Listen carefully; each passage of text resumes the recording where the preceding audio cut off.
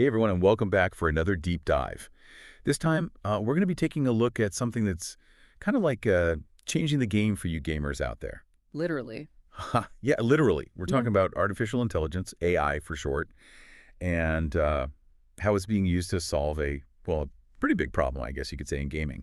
And that is the fact that the hardware requirements to run the latest games are just getting out of control. Yeah, it's a really interesting situation that we've gotten ourselves into. Yeah, so whether you're someone with a super powerful computer or you just have a regular computer or even a console, Hmm.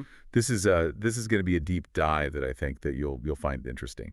So get ready for some insights into how AI is actually making these, crazy high-end gaming experiences more accessible to, well, pretty much anyone. Yeah, and it's fascinating, right? I mean, we've reached this point where video games are trying to be almost photorealistic. They want to create these incredibly immersive worlds and experiences. Absolutely. But all of that visual, detail comes at a cost, right? And that cost is processing power.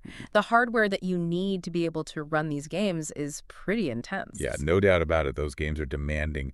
So, why is this a big deal, though? Why Yeah. should, the average gamer who just wants to, sit down and enjoy a game, why should they care about all this technical stuff? Well, I mean, not everyone can afford to constantly upgrade their computer just to keep up with the newest games. Yeah, true.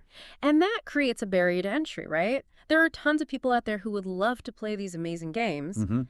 but they just can't afford the hardware to run them. Yeah, I can definitely see that. And that's where AI is starting to step in. Okay, so let's break this down a little bit. What are the main things that are contributing to these really high system requirements? Well, there are kind of three big ones, I would say. Okay. First, we have advanced rendering techniques. One that's really popular right now is something called ray tracing. Oh, yeah, ray tracing. I've heard of Yeah. that.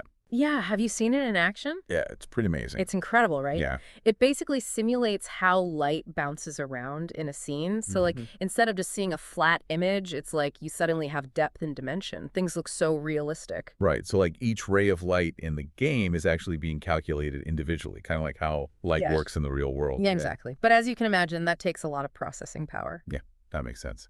More realistic, more power needed. Then you have another big one, which is incredibly detailed game assets, Okay.